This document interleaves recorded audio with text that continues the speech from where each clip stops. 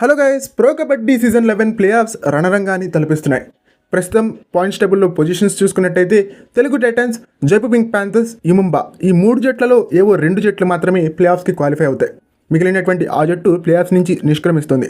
ఇంతకీ ఆ నిష్క్రమించేది ఎవరు ఈ వీడియోలో మనం ప్రిడిక్ట్ చేసేటువంటి ప్రయత్నం చేద్దాం. సో ఈ వీడియో చాలా ఇంట్రెస్టింగ్గా ఉండబోతోంది.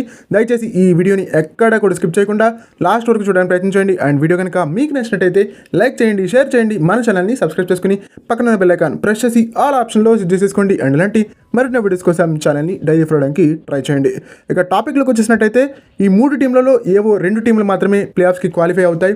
ఆ 3 టీంలే Telugu Titans, U Mumba and Jaipur Pink Panthers. ముందుగా జైపూర్ పింక్ ప్యాంథర్స్ విషయానికి వచ్చినట్టయితే వాళ్ళు ఇప్పటికీ 19 మ్యాచ్లు ఆడారు, 59 లీగ్ పాయింట్లతో 7th పొజిషన్లో ఉన్నారు. రాబోయేటువంటి 3 మ్యాచ్ల్లో Jaipur Pink Panthers Bengal Warriors, Bengaluru Bulls, Dabang ఢిల్లీతో తలపడబోతోంది.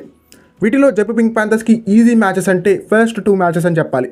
ప్రధానంగా వాళ్ళు బెంగళూరు బుల్స్, బెంగాల్ వారియర్స్ పైన మంచి మార్జిన్స్తో ఈజీగా గెలవచ్చు. బట్ ఢిల్లీతో వాళ్ళకి టఫ్ మ్యాచ్ ఉండబోతోంది. కానీ జైపూర్ పింక్ ప్యాంథర్స్ ఒకవేళ ఈ 2 మ్యాచ్ల్లో మంచి మార్జిన్స్తో గెలిచి దబాంగ్ ఢిల్లీతో <7 పాయింట్స్తో ఓడిపోయినా కూడా జైపూర్ పింక్ ప్యాంథర్స్ ఎవరిపైన ఆధారపడకుండా స్కోర్ డిఫరెన్స్ ఆధారంగా తెలుగు టైటన్స్ని వెనక్కి నెట్టి ప్లే ఆఫ్స్కి రీచ్ అవ్వచ్చు. అండ్ మరోవైపు యుముంబా ఇప్పటి వరకు 19 లీగ్ మ్యాచ్లు ఆడింది ఈ సీజన్లో అండ్ 61 లీగ్ పాయింట్లతో 5వ స్థానంలో ఉంది. రాబోయేటువంటి 3 మ్యాచ్ల్లో యుముంబా పట్నా పైరేట్స్, హర్యానా స్టీలర్స్, బెంగాల్ వారియర్స్తో తలపడబోతోంది. దీంట్లో బెంగాల్ పైన యుముంబా ఈజీగా గెలవచ్చు. బట్ హర్యానా స్టీలర్స్ మ్యాచ్ అనేది యుముంబాకి కత్తి మీద సాముగా మారబోతోంది. బట్ ఒకవేళ అప్పటికే హర్యానా స్టీలర్స్ యూపీ యోధాస్ పైన గెలిచి సెమీఫైనల్కి రీచ్ అయినట్టయితే కనుక ఈ మ్యాచ్ని వాళ్ళు లైట్గా తీసుకునేటువంటి అవకాశం ఉంటుంది. ఈ క్రమంలో 71 లీగ్ పాయింట్లతో యుముంబా ఖచ్చితంగా ప్లే ఆఫ్స్కి క్వాలిఫై అవుతుంది, మిగతా ఏ టీమ్స్ పైన ఆధారపడకుండా. బట్ ఈ ఎంటైర్ సినారియోలో తెలుగు టైటన్స్ ఒక్కటే కష్టపడాల్సినటువంటి టీమ్గా కనిపిస్తోంది. ప్రస్తుతం తెలుగు టైటన్స్ లీగ్ టేబుల్లో 20 మ్యాచ్లు ఆడి 60 పాయింట్లతో 6th పొజిషన్లో ఉంది.